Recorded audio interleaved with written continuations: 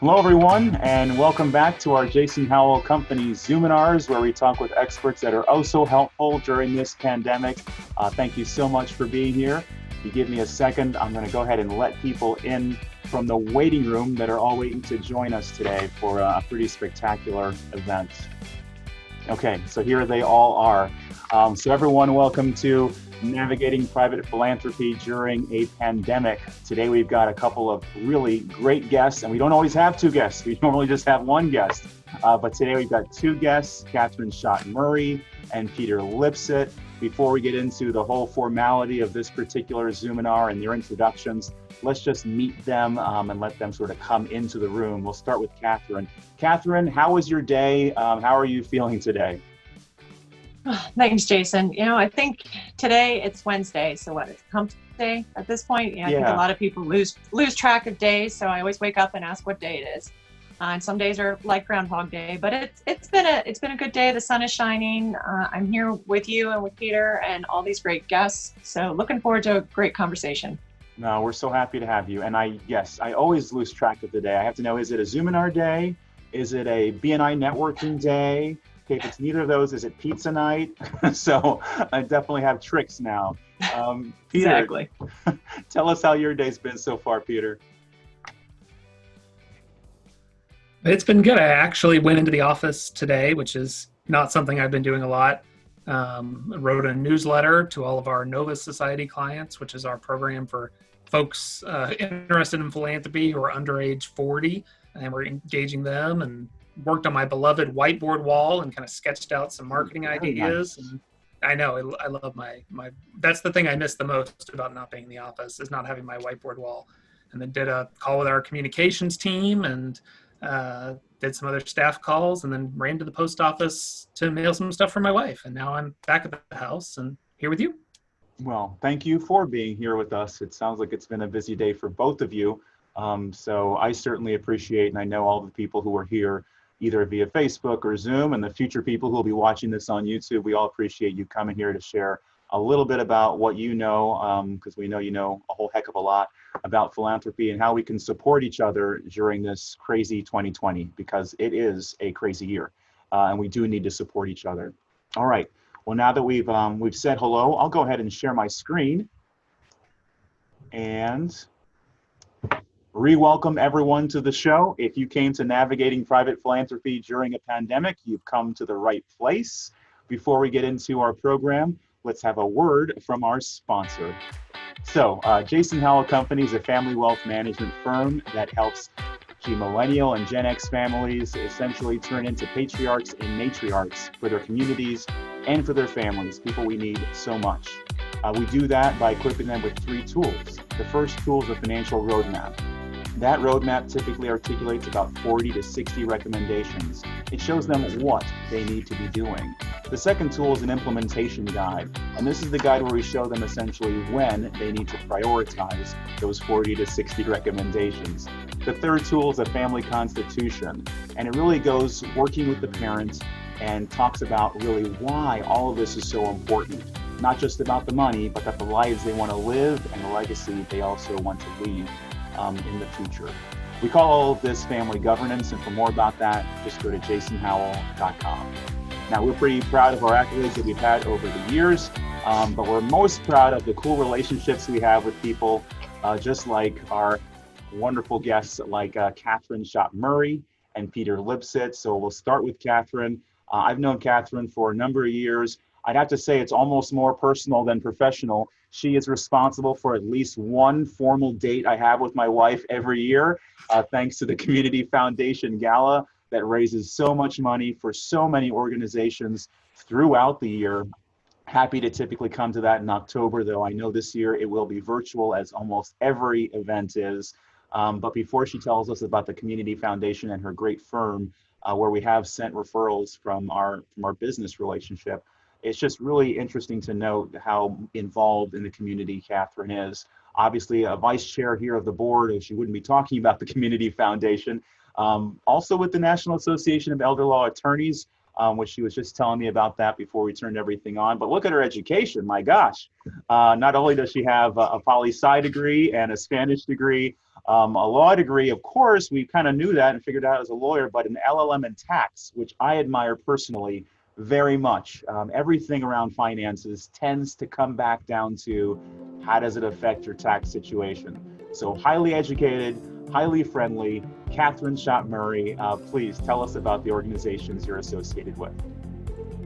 Thanks, Jason. That was quite the introduction there, and I really appreciate, again, being here. As you see on your screen, I'm a trust and estates and elder law attorney. I work with individuals and businesses and families to help structure and implement a plan.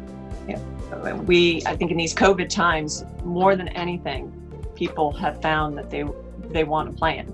So we're doing anything from the tax planning, and today's July 15th, which is tax day, which is a little weird to say July 15th and it's tax day. We're used to saying April 15th, but it's tax day. So I work with folks on the tax planning, on the charitable planning, on the business planning, on the special needs planning. And, it's from a community foundation perspective, the Community Foundation has been a wonderful organization to get involved with and to learn more about the community at large. I joined the Community Foundation and started volunteering in 2013. I joined the board. I'm in my 5th year of service and in my 2nd year as the vice chair. So next year I will end up being the chair, and it's a 2-year term. The Community Foundation is just an integral part of the Northern Virginia area. And we'll talk more about what community foundations do and what the Community Foundation for Northern Virginia has done later on in the program. Okay, yeah, we will. Well, thank you, Catherine. There's so many layers. I wish we had a few hours to talk today, not only about you, but your firm and the Community Foundation, but we'll get a little taste. And anyone who would like to connect with Catherine offline, sort of, you could email her. Kind of weird to say connect offline, but email her, but that'd be a start, right? At least maybe you can get her on the phone and have some real-time conversation, starting with this email address, which is right here. It's just her name at ofplaw.com. And next we have Peter Lipsett. Peter Lipsett I've known for a number of years. He's the guy that really got me involved in my church, to my chagrin. But what I like most about Peter is that he went to my alma mater, George Mason University. And not only that, he went to the business school, which is what I did through the business school, at least undergrad. Peter took it up to the next notch and became an MBA. But like Catherine, he's got that bachelor's in poli-sci. So there's something about having that, I guess, political, social interest that gets people into this area of wanting to support the community, at least in a philanthropic way. Other interesting tidbits about Peter, not only does he lead his company in the fundraising, he's also, and I want to hear more about this, a big part of Novus Society, which is a big deal in its own right with younger people that are becoming philanthropists. And my personal interest in Peter, and I always think, can I ever beat him at this, because he's got a big lead on me, is that he reads biographies about the presidents. And after watching Hamilton, even though he wasn't a president, I think all of us would like to know a little bit more about our history. If you'd like to know more, just talk to Peter. Peter Lipsett, everyone. Tell us about DonorsTrust. Thanks, Jason. Yeah, so DonorsTrust has been around about 20 years, and we bill ourselves as a community foundation as well, but a little bit different from the Community Foundation in Northern Virginia. We bill ourselves as the Community Foundation for Liberty.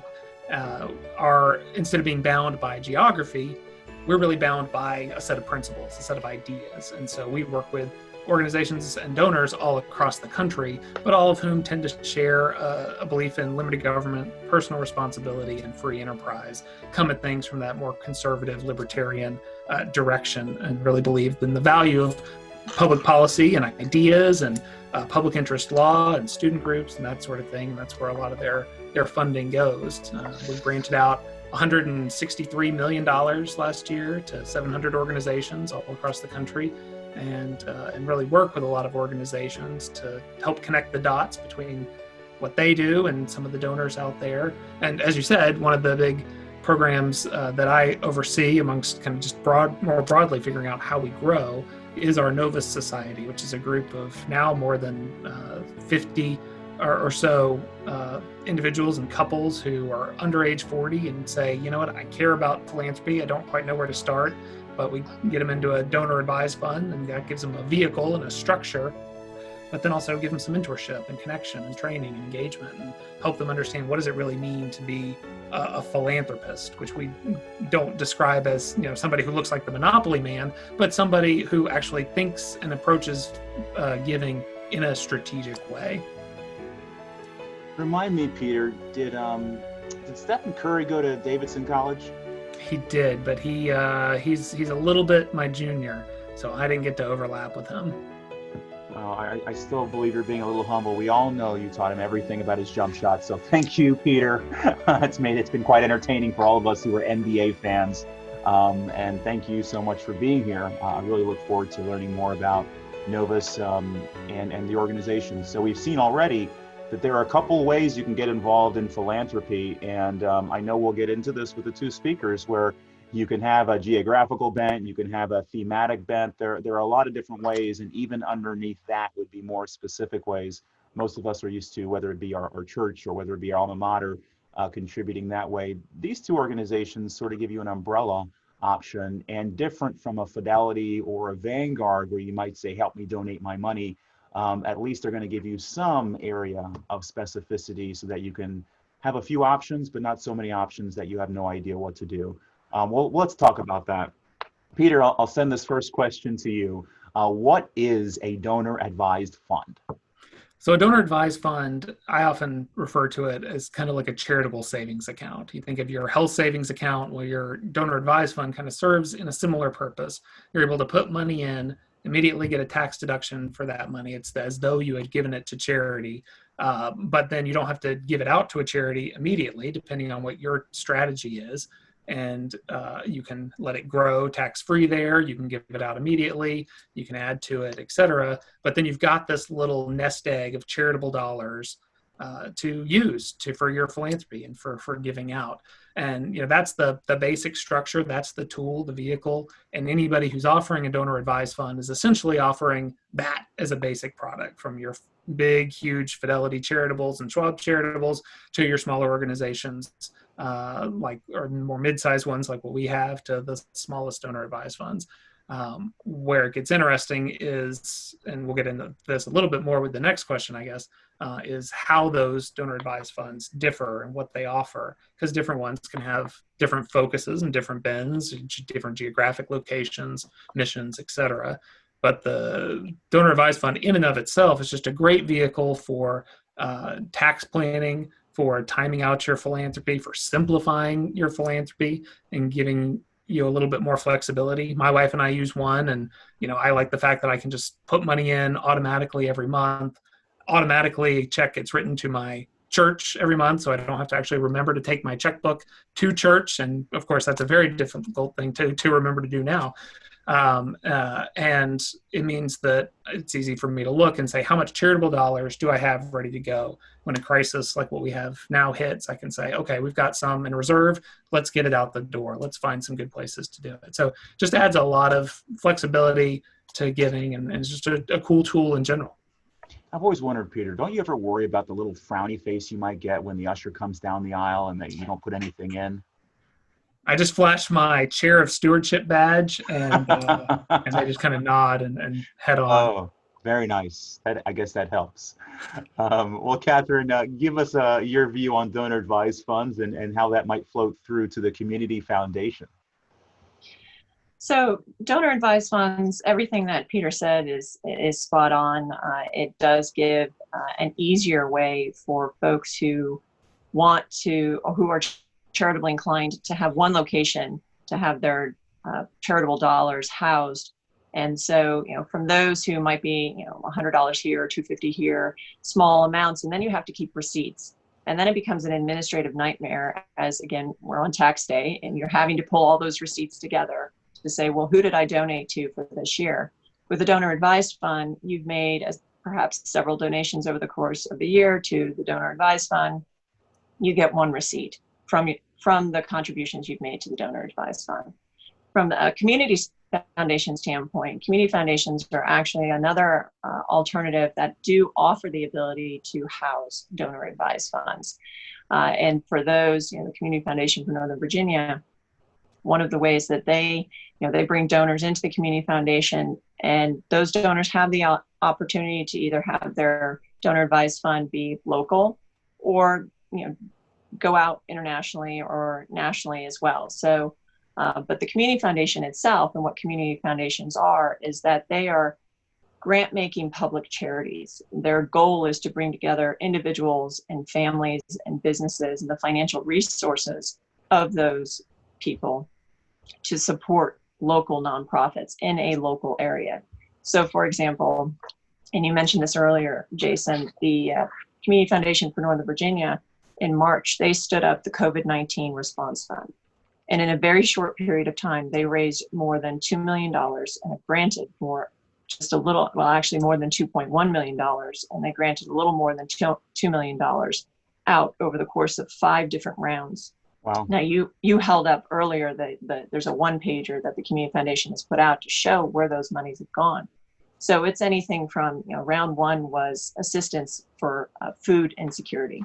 So we found very early that the local food banks needed money to fill their shelves. Round 2 was basic needs assistance to our low-income neighbors. Round 3 was access to mental health services and dental health services. Round 4 was actually direct financial assistance through an intermediary nonprofit, so that intermediary nonprofit could grant out loans, could help pay for rent assistance, medication assistance. And then round 5 was focused on organizations that were doing things to combat COVID, but also racial injustice. So since March, so that's a 4-month period of time, $2 million was raised from our local neighbors and put right back out into the community to nonprofits. Because what the Community Foundation is great about doing is they bring the nonprofits together and they really figure out where is the need and who are the organizations that can support that need. And so they have the nonprofits collaborate. They have the donors collaborate with the nonprofits. And so it's a really unique, personalized experience from charitable giving. And we know and we find, and I'm sure you find the same thing, both you, Peter, and you, Jason, that your clients are looking for that personal experience. And so what I've found with the Community Foundation is the ability to have that personal experience, to sit down with either donors or the nonprofits and to find out what the need is. Catherine, you mentioned something that sort of struck me. I just recently donated to an organization, and I said to myself, my gosh, I need to put this in an envelope somewhere in my email so I don't lose it all come the end of the year. And are you saying with the Community Foundation's help, I might be able to say, well, I want to donate to this XYZ organization. Can I, I've got money with you. Can you send it there? Is it that easy? It is. It is. If you've set up a donor advised fund, but the other thing about a community foundation is donor advised funds are what's known as pass-through funds. Usually the monies are coming in and the monies are going to pass through out to another nonprofit organizations. The community foundation also offers the ability to set up an endowed restricted fund. So if you want to house dollars in a location, say for example through the community foundation, and allow them to grow, so that 40 years from now, and the community foundation has been in existence for 40 years, but 40 years from now, you want your dollars to support a particular field of interest, you can do that through the community foundation. There are funds already established, endowed funds for the arts, innovation funds that are helping to seed particular innovative programs. Got it. Hope that answers your question there. Yeah, it does. I mean, thank you so much. That's really interesting to me, and I think for most people who are finding so many areas where they're contributing this year, that hey, if you actually have a number in your head and you can meet the minimums of either of your organizations, it might be a way to streamline some of that. And Peter, why don't you take up this question, and then Catherine might come up next about how community foundations themselves, how they might differ from donor advised fund providers, or maybe they're not different. So structurally, if you're offering a donor advised fund, you're offering a donor advised fund, and they're structurally all the same. What gets layered on, one big piece is exactly what Catherine was talking about, that boutique personal level of service that you'll find at a community foundation or a mission-driven organization like ours, that has a focus and spends a lot of time on that focus. We spend a lot of time taking meetings from different think tanks and student groups and different things across the country that we know our donors may be interested in, not because we have nothing else to do, but because we want to know what's going on, because donor X in Florida may really be interested in that area. And we can then go to them and say, hey, this is something that you might be interested in. Because the act of philanthropy is more than just making sure organizations get money. The donors want to make sure their money is getting used in a way that they feel moves a lever and really makes society better. And so I think the community foundations and mission-driven funds are really able to connect those dots better than your commercial DAFs, which are offering a tool, but they're not necessarily offering those back-end boutique tools. They may have a database that you can go in and search for everybody who's doing police reform, and you can punch that in and look at a bunch of organizations. But to have a partner that you can really work with, that's something you're going to get at something that's a little bit smaller. And I think that's important. I kind of compare it to driving a car. Like if you just need to get from point A to a point B, like a used Corolla is going to be fine for you. But maybe you like to let your hair blow in the wind, and then you need a convertible. Maybe you have a big family and you need a minivan. So you get the car that's right for you. If you have an interest in, conservative think tanks, you should come to us. If you care passionately about helping this local community, you should go to Community Foundation Northern Virginia. If you're an evangelical Christian, you may look at the National Christian Foundation. So whatever the flavor you're looking for, there is a donor advised fund provider out there that's gonna meet it. And why don't you tell us a little bit about the minimums too, because we hear this and think, well, maybe I don't have enough money to set up a quote unquote fund. Yeah, they range a lot. For us, $10,000 is the startup minimum. That's why part of the reason we started our Novus Society, because we lowered that threshold to $1,000 to start, and then $5,000 to start making grants for those younger up and coming folks. I think Fidelity and Schwab are $5,000, but Vanguard's $25,000. Wow, yeah, big difference. Well, maybe we've answered that question about the Delta enough, and Catherine, we can go to you and just talk about, you mentioned it a little bit, how your organization has really stepped up here during COVID-19. What differences organizationally has sort of been imposed upon the Community Foundation of Northern Virginia besides that need? So I would say that what COVID has done is exposed a level of inequality in our society. And so what the Community Foundation for Northern Virginia is trying to do is bring everybody together, and through the data and collection of the data, give everybody the information they need in order to make smart, reasonable decisions. Particularly when it comes to your charitable dollars. From the nonprofit side, the nonprofits have really been hit hard. They, again, are looking at having huge constituencies now who need them, but not necessarily all of the funding that they used to have.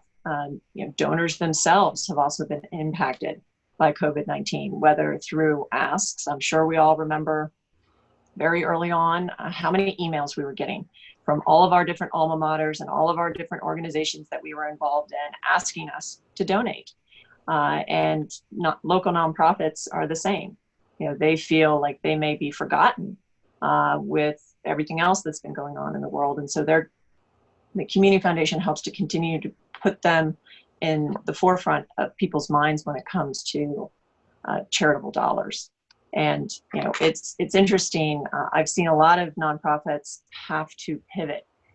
For example, I'm a member of the Business Women's Giving Circle, and so our mission is to support nonprofits that are putting on programs for girls and young women in STEM, in order to promote STEM careers with young girls and young women. And a lot of those organizations, they were running their programs through the schools. Well, we all know what happened in mid-March is that the schools closed. And so these organizations, this year's grantees had to pivot. They needed to get those STEM kits out to their constituents. They needed to go online. They needed to check in. Some of them, the pivot was, okay, maybe we're not going to be able to have that face-to-face, but I'm going to take the money that I have and I'm going to get gift cards and make sure that these families have food on the table. And so that's what the nonprofits are dealing with these days. Oh, and you touched on, some of our thoughts around that next question. So you may as well continue. How do you get attention, and is a community foundation one of the best places to do so if you are a lower profile or maybe just a tiny nonprofit trying to survive and fight for your cause in the midst of something like this where everybody's got a cause in 2020? You're right. Everybody does have a cause in 2020. And I think a community foundation is a great place to start, because part of our mission is to lead and convene the community. That's not just from a donor perspective, that's also from a nonprofit perspective. So, they were, I haven't touched base recently to see, but I know they were having these first Tuesday calls where one of the staff, the community foundation, was getting on the phone with a number, and they would go through and they had hour slots, and they were sitting down with a different nonprofit every hour of that Tuesday business day to talk through questions that nonprofit had, and they would connect that nonprofit with another nonprofit. Why don't you two think about collaborating and partnering? And maybe, here's a donor that perhaps might be interested. So again, it's local but it's personalized. And so if you want to be actively involved in your charitable giving, that's where I see the community foundation, and that's where I see the low profile organizations having the ability to find that donor base that could help them through these times. Peter, have you seen that as well, even in these more mission-oriented nonprofits, that linking up is a benefit to them? Have you seen that sort of this year, and would you suggest that for nonprofits that are smaller? Oh, yeah. I mean, even, in kind of the think tank community, like the non-human service community, they got hit just as hard by all of this as everybody else. And what's been exciting is to see some of those organizations pivot and take advantage of the opportunity to actually advance the mission that people fund them for. A lot of our donors told us from the beginning that they had a strategy. We asked them, or I did a big call to a number of our folks, and I said, how is your giving changing because of everything that's going on? This was back at the end of March, beginning of April. And they said, well, we kind of have a strategy. There may be some other things we're doing at the margins, but we have this strategy. We're going to continue giving this strategy, which to a certain extent is actually really good news, because it means all those organizations that don't per se fit into the box of helping with COVID still are going to get funding because they're part of those donor strategies. And so I was encouraged by that.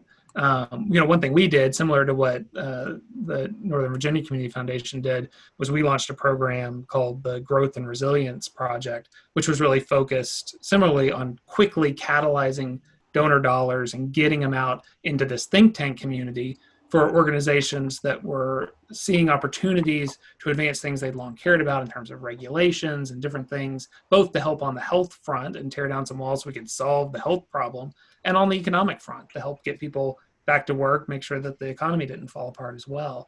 And that was an exciting opportunity. And a lot of donors were kind of saying, I don't know where I want to give. I know there's opportunities, help us. And it's programs like what Catherine talked about, what we were talking about, that kind of help donors focus. And it's a great role the community foundations can play of saying, we kind of have a sense of where some dollars should go. Give to us, trust us, we're going to get those dollars out. And it was exciting to be a part of that. I'm sure it was exciting for you, Catherine, to watch and know that you're making this difference rapidly when a lot of people are floundering, and it's a very cool thing. Well, that was a critical component to the COVID-19 response fund, is the dollars needed to come in and the dollars needed to go out, because things were moving that quickly. Yeah, so rapid response, and it really helps to have an organization that's been around a while, that has some infrastructure that can handle it. And that makes a difference too, doesn't it? Yeah, and it's one of the reasons, if you're thinking about getting a donor advised fund, like, go ahead and jump in, start building those relationships, because when you have we kind of jokingly will sometimes talk about a philanthropic emergency, but you can have a philanthropic emergency. You have money you need to give away. You have a cause that you really care about, and you want to be able to turn to somebody you trust to be able to help you get those dollars in a way that will change the world in the way you want it, instead of just, giving money away for the sake of giving money away. Yeah. Well, I've got one more question on my list, so I'll ask everyone who's sort of watching here via Zoom or any other way, put a question in the chat, and we'll get to your question before these two amazing people have to go. The last question I have on here, I kind of had this with the thinking about the above the line AGI deduction for taxes for 2020. But I know, Peter, you had a pretty special thought about what's different about philanthropy this year. So maybe you kick it off, and then Catherine, you can give us your opinion as well. Yeah, and Catherine probably has more technical things to add on some of the details. But that CARES Act was just a Santa's gift bag full of stuff. And as you say, there was the $300 above the line deduction that even if you are not an itemizer, you can still take. And I have an op-ed that's coming out soon that kind of makes the point of, like, you can give $300, like, find a place, take advantage of that tax credit or tax deduction, and get $300 out the door, because there's people that need it. But there's actually talk in Congress of extending that from a $300 above the line deduction all the way to a $4,000 above the line deduction. Wow. And that's for individuals, for $8,000 for married, which would be, working in the philanthropic community, that's a huge deal, because anything that incentivizes giving, we think is great, particularly kind of from the worldview that I've got of letting private philanthropy crowd out government instead of the other way around. And so that's a bipartisan deal. It's in House and Senate. I don't know if it's going to come. Catherine, maybe you've heard something more recently from it, but we think that could be really important, because we are seeing a little bit of a drop off of some of these smaller donors.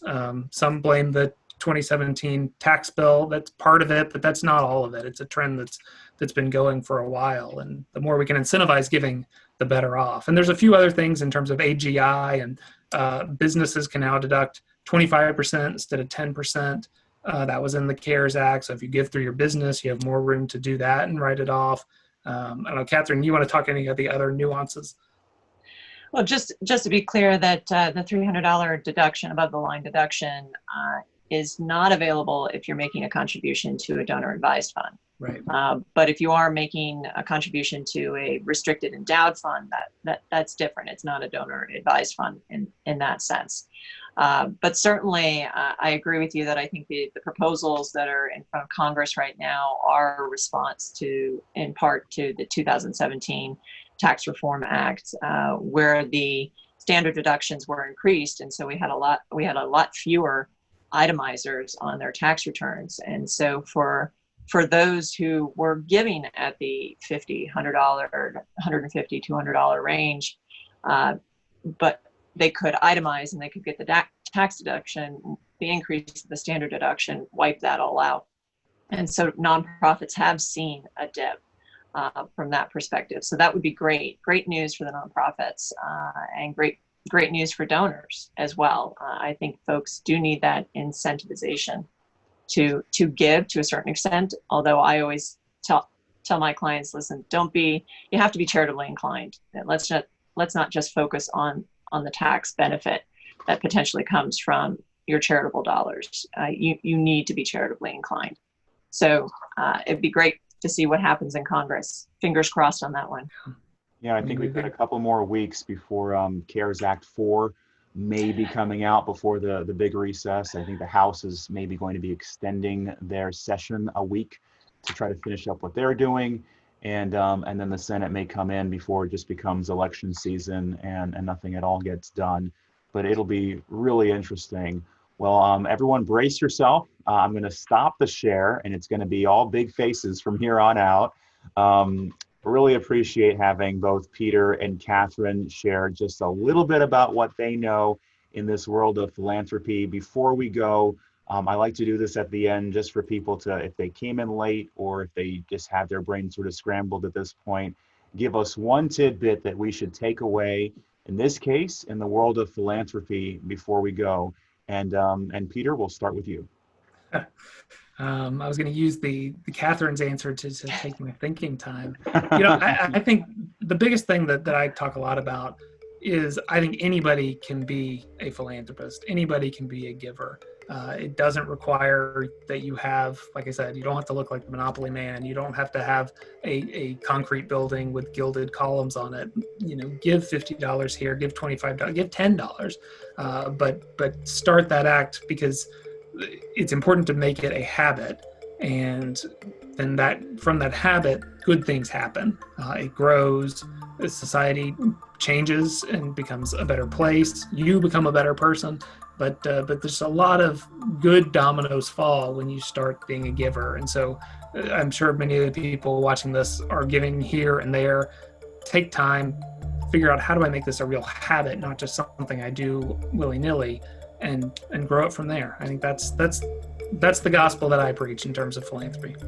Well, we love to hear you preach, Peter, all the darn time. Thank you for sharing that. That's very helpful. Just give in an organized way, make it a habit. Catherine, any other thoughts on your end? Well, to piggyback on what Peter had to say, I do think that philanthropic giving is about relationships. And you need to trust the organizations where you're giving your dollars, and trust that they are using those dollars in the way that you want them to be used. And so, and that doesn't necessarily mean you need to be actively involved in the organization, but you should still know who's behind the curtain, so to speak, of that organization, so that you do know and feel comfortable giving the dollars, so that once it becomes that habit that Peter described, you have no problem just having it go on autopilot. Or if you want to get involved, then you have the relationships to get involved, and the people who can direct you in the fashion that you hope. Build relationships. That's always a good idea. Thank you, Catherine. Catherine Schott Murray, OFP Law, the Community Foundation of Northern Virginia. Peter Lipsett of DonorsTrust, all one word, everybody, DonorsTrust.com. Check these folks out online. .org. I'll have email addresses for anyone who registered. We'll be able to contact either of these folks to learn more about their organizations or about philanthropy in general. But thank you, Peter. Thank you, Catherine, for sharing some of your time today.